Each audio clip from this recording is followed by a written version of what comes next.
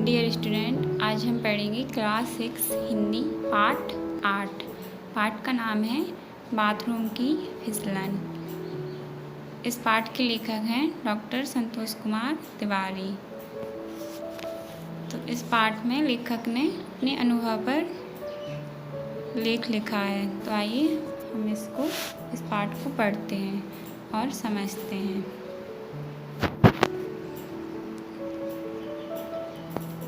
लेखक अपने लेख में अपना दर्द बयां करता है। मतलब लेखक कहता है कि मैं किसी दूसरे लेखक की तर्ज पर नहीं, मतलब कि मैं खुद के अनुभव पर अपना दर्द बयां कर रहा हूँ। ऐसी घड़ी थी कि सुबह सवेरे बाथरूम की सीढ़ी पर फिसलकर अपने दाहिने पैर की हड्डी तोड़ा बैठा। वैसे फिसला बायां पैर था, लेकिन चोट आई दाहिने पैर में। इस दुनिया में ऐसा ही होता है कि अपराधी कोई और हो और सज़ा किसी को मिले। मुझे बड़ा क्रोध आया। लोगों ने पूछा, क्यों बाथरूम में ज़्यादा काई लग गई थी क्या? मैंने कहा, मेरा बाथरूम इतना साफ़ है कि देख लोगे तो गर्मी की दोपहर में वहीं घंटों बैठे रहोगे। मतलब कि लेखक को जो देखने आए उन लोगों ने लेखक के ऊपर व्यंग किया कि क्यों बाथरूम में ज़्यादा काई लग गई थी क्या? तो फिर लेखक ने बोला कि नहीं, मेरा बाथरूम इतना साफ़ है कि देख लोगे तो गर्मी की दोपहर में वहीं पर घंटों बैठे रहोगे।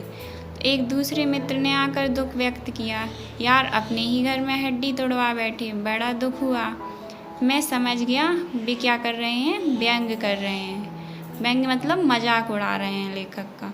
मैंने उन्हें समझाया, भाई मेरे किसी दूसरे के घर जाकर अथवा सड़क पर हड्डी तोड़वाने से बेहतर है कि घर में ही टूट जाए। तो लेखक ने क्या बोला कि किसी दूसरे के घर जाकर या सड़क पर जाकर हड्डी तोड़वाने से बेहतर है कि घर में ही टूट जाए।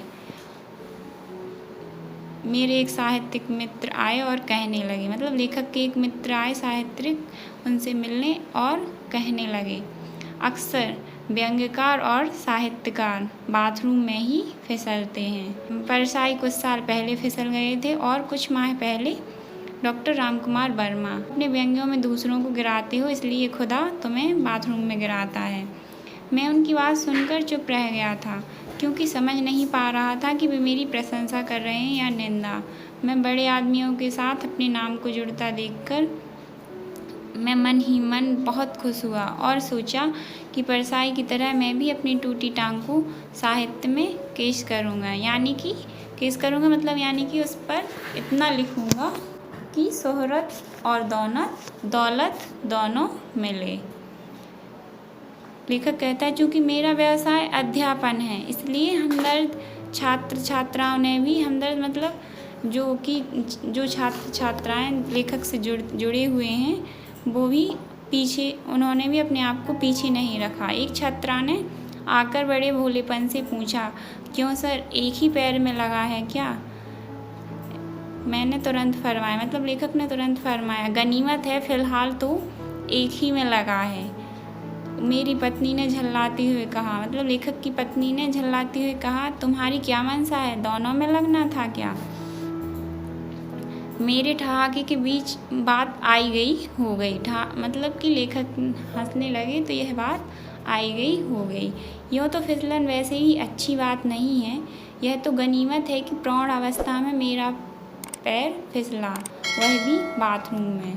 मतलब कि फिसलन अच्छी बात नहीं है, यह तो गनीमत है। मतलब खैर है कि प्रौढ़ अवस्था मतलब कि जो वृद्धावस्था की पहले की अवस्था होती है उसे प्रौढ़ अवस्था बोलते हैं। तो प्रौढ़ अवस्था में मेरा पैर फिसला, वह भी बाथरूम में। नदी में पैर फिसल जाता तो संभव है कि आदमी लहरों के हवाले हो जाए। मतलब कि अगर नदी में पैर फिसल जाए तो क्या हो, आदमी लहरों के हवाले हो जाए, मतलब सीधा नदी में ही बह जाए। मैंने सोचा गनीमत है, यानी प्रभु ने मुझे खूब बचाया। मेरे आस्तिक मित्र यही समझते रहे कि ईश्वर ने किसी बड़ी घटना से आपको बचाया है। लेखक क्या सोच रहा था कि गनीमत है कि प्रभु ने खूब बचाया, लेकिन उन लेखक के आस्तिक मित्र मतलब कि जो कि ईश्वर पर विश्वास करते थे, वो क्या समझते रहे कि ईश्वर ने किसी बड़ी घटना से आपको बचाया है, वरना कुछ भी अनहोनी हो सकती थी। मैं उन कर्मपरायण व्यक्तियों से यही कहता रहा कि मुझे खुदा ने रियायत कम दी, क्योंकि 2-4 दिन की परेशानी देकर वह मुझे 3 माह के प्लास्टर से बचा सकता था। इस तरह मैं अपनी टूटी हड्डी लेकर दिल बहलाता रहा। मतलब लेखक को कितने माह का प्लास्टर लगा? 3 माह का।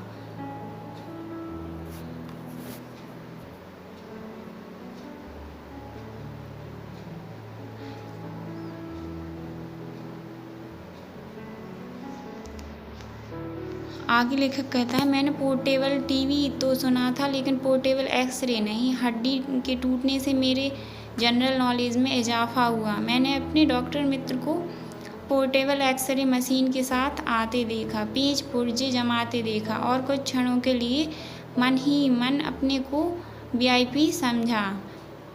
प्रभावशाली इष्ट मित्रों के सहयोग से और डॉक्टर के सौजन्य से कच्चा और पक्का प्लास्टर घर पर ही हुआ। मतलब कि लेखक का प्लास्टर कहाँ पर हुआ? मित्रों और डॉक्टरों के सहयोग से कच्चा और पक्का दोनों प्लास्टर कहाँ हुआ? घर पर ही हुआ। दोनों बार मेरे मित्र और शिष्य इर्द गिर्द रहे। मैंने डॉक्टर से ज़्यादा 1 दर्जन मित्रों को देखा। मेरा प्लास्टर साहित्यिक वातावरण में हुआ और अस्पताल के दुर्गंधमय वातावरण से ईश्वर ने मुझे बचाया। यहाँ पे लेखक क्या कहता है कि मुझे खैर है कि मुझे मेरा कच्चा और पक्का दोनों प्लास्टर घर पे हुआ और मेरे पास डॉक्टरों से ज़्यादा मेरे मित्र रहे, और ये मेरा सौभाग्य है कि मुझे अस्पताल के दुर्गंधमय वातावरण से ईश्वर ने बचाए रखा। प्लास्टर के दौरान एक मित्र ने कहा, और लिखो व्यंग दूसरों पर, ईश्वर ने तुम्हें भी चोट दी। प्लास्टर के दौरान लेखक के एक मित्र ने क्या कहा कि और लिखो व्यंग दूसरों पर। मतलब लेखक का काम क्या था कि वो व्यंग लिखते थे, तो उनके मित्र ने कहा कि और लिखो व्यंग दूसरों पर, ईश्वर ने क्या किया? तुम्हें ही चोट पहुंचा दी।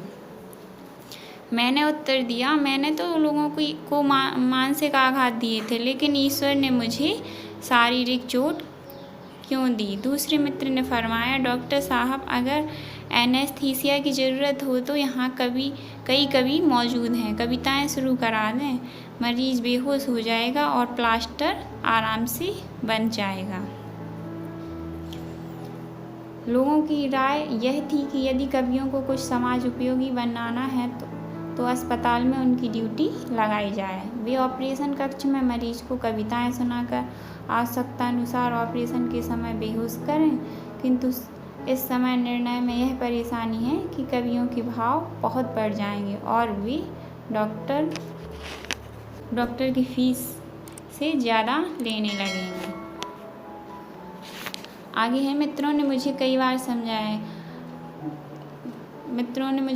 समझाया, मतलब कि लेखक को कई बार समझाया कि 3 माह बिस्तर पर पड़े रहोगे तो अपने आप संत और ऋषि बन जाओगे। किसी ने कहा, राम का नाम लेना शुरू करो, सारे पाप धुल जाएंगे। दूसरे ने समझाया कि एक उपन्यास लिख डालो।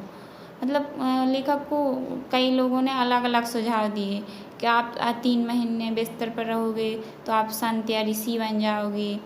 किसी ने कहा, आप राम नाम लेना शुरू करो तो आपके सारे पाप धुल जाएंगे। और किसी ने यह समझाया कि एक उपन्यास ही लिख डालो तो शायद जितना आर्थिक नुकसान हुआ है वह रॉयल्टी से वसूल हो जाएगा। मैंने यह तो नहीं किया, लेकिन उन तमाम स्थानीय कवियों की रचनाएं इस बीच सुनता रहा और सहता रहा, जिन्हें शायद कभी 1-2 कविताएं सुनने के बाद पास नहीं फटकने देता था। कवि क्या करता रहा इस दौरान? कवियों की रचनाएं इस बीच सुनता रहा और सहता रहा। मतलब लेखक ने ऐसे कवियों की कविताएं सुनी जिनको वो पास तक नहीं भटकने देता था।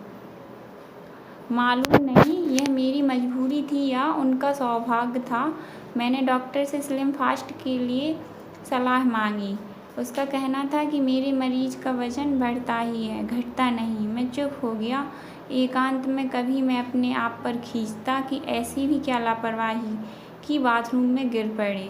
तो लेखक एकांत में क्या करता, उसे खुद पर ही गुस्सा आती और खींचता कि ऐसी क्या लापरवाही थी कि बाथरूम में गिर पड़ा। कभी नियति को कोसता, कभी ईश्वरवादी बनकर कष्ट निवारण के लिए आत्मनिवेदन करता। मतलब कि लेखक क्या करता, कभी नियति को कोसता और तो कभी क्या करता, कष्ट मतलब कि कष्ट निवारण के लिए, मतलब कष्ट से बचने के लिए ईश्वर से प्रार्थना करता। इस बीच 2-4 व्यंग और समीक्षाएं जरूर लिख पाया, लेकिन उपन्यास की बात दिल में रह गई। इसकी वजह यह है कि एक साथ शारीरिक, मानसिक और आर्थिक पीड़ा की चपेट में आकर लिखने का दुस्साहस एक मास्टर नहीं कर पाता।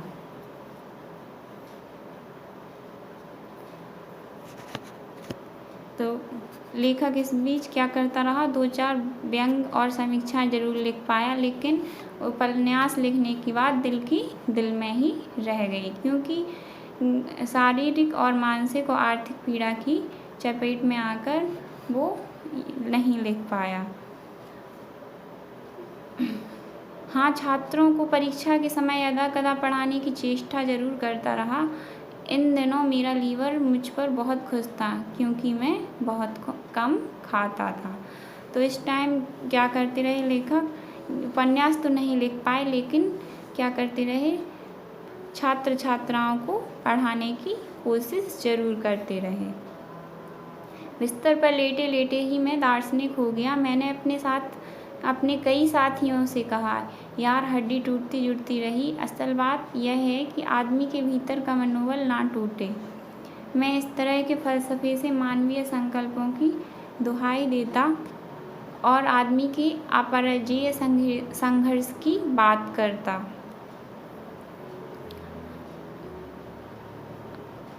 मुझे नहीं मालूम कि मैं अपने को बहला रहा था या हर सामने वाले को गुमराह कर रहा था। हाँ, एक बात इस बीच जरूर हुई, जब बाहर से कोई मित्र बंधु मुझे देखने आते, मैं बहुत खुश होता कि मुझे चाहने वालों की कमी नहीं।